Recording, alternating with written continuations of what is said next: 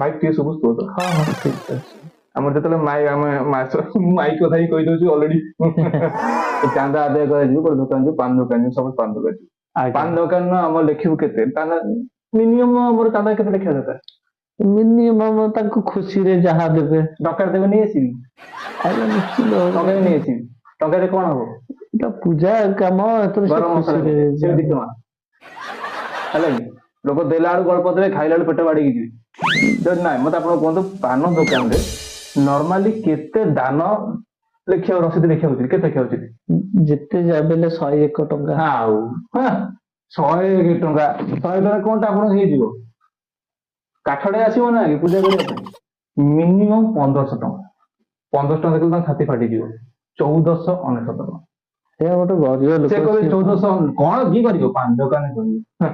ସଫଳ ଆସିକିନି ନା ତା ରେଟ୍ କହିବିନି, ସମସ୍ତେ ପାନ ଦୋକାନ ଖୋଲିଦେବେ।